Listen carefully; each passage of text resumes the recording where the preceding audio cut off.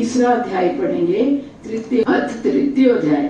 नारद जी ने कहा, हे देव देवेश, कौन से देवता का पूजन उत्तम है, ये मैं सुनना चाहता हूँ। हे पुरुषोत्तम, आप मुझसे वह कहें। श्री भगवान बोले, गंडकी नदी के उत्तरी तट पर गिरिराज के दक्षिणी और 10 योजन विस्तार वाला पृथ्वी का महाक्षेत्र है। वहां से शालिग्राम निकलते हैं। श्री कृष्ण की भूमि द्वारका, और जहाँ जहाँ इन दोनों क्षेत्रों का संगम होता है वहाँ सर्वत्र मुक्ति मिलती है, इसमें संदेह नहीं। जहाँ पर शालिग्राम और द्वारावती शिला होती है, वहाँ जन्म के आरंभ से लेकर किए गए सभी पापों का नाश हो जाता है। शालिग्राम शिला पर चढ़ाया गया जल पापों को नष्ट करता है, उसको नमस्कार है। अब अकाल मृत्यु को दूर करने वाला तथा सब रोगों का नाशक है। विष्णु के चरणों का पान कर मैं उसे सिर पर धारण करता हूँ। कहते हैं जो भी चरणामृत मंदिर में बनता है, हम लेते हैं चरणामृत में, वो शालिग्राम को धोकर तो उसमें जरूर डुबोते हैं पानी में, और वो चरणामृत बन जाता है शालिग्राम के स्वरूप।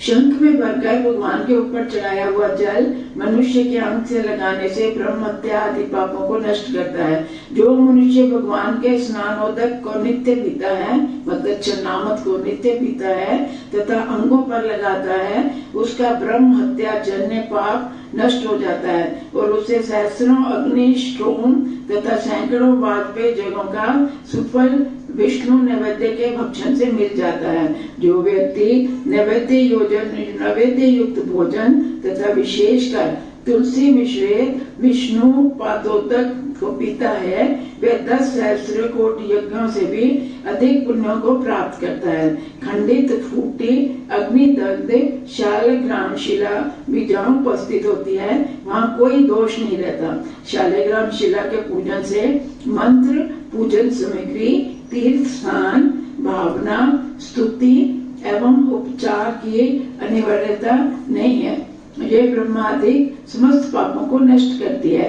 यदि शालिग्राम की मूर्ति में सूक्ष्म द्वार, 4 चक्र तथा वनमाला अंकित हो तो वह भोग, ऐश्वर्य, मुक्ति, फलदायक, साक्षात लक्ष्मी के समान सदैव भक्ति पूर्वक पूजने योग्य है। इससे मनुष्य को मुक्ति मिलती है।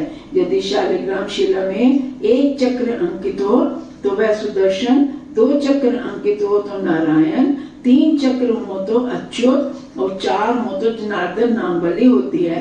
5 चक्रों वाली वासुदेव, 6 वाली प्रद्युम्न, 7 वाली संकर्षण तथा 8 वाली पुरुषोत्तम कही जाती है। 9 चक्रों वाली नवव्यूह तथा 10 वाली दशावतार कही जाती है।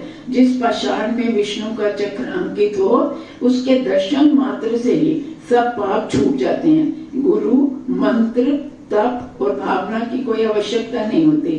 चक्र अंकित शिला के पूजन में स्थिति और उपचार की जरूरत नहीं। चाहे मलेश देश हो या पवित्र स्थान, चक्र अंकित मूर्ति जहाँ स्थित होती है वहाँ से चारों ओर योजन भर के क्षेत्र अच्युत कहलाता है। इस क्षेत्र के मध्य में जो मनुष्य मरता है वह पवित्र और महातपस्वी होता है। जो देवेश की पूजा करता है वह जीवन मुक्त हो जाता है। मनुष्यों की सब कामनाओं की सिद्धि के लिए घंटा बजाना चाहिए। जो मनुष्य वीणा और वेणु की ध्वनि के साथ गीत गायन करता है वह हरि को पा लेता है। हे मुनि श्रेष्ठ, जो मनुष्य भक्ति पूर्वक हरि को वीणा का शब्द सुनाता है वह हरि की समीपता को पाता है। जो भगवान वासुदेव के सामने मृदंग वाद्य के साथ नृत्य करता है वह विष्णु को प्रिय होता है। कार्तिक मास में हरि के सम्मुख भक्ति पूर्वक गायन, वादन, नृत्य करने का मन इच्छित फल में प्राप्त होता है। जो मनुष्य हरि मंदिर में काली अगर की धूप देता है वह नरक रूपी सागर को पार कर मुक्त हो जाता है।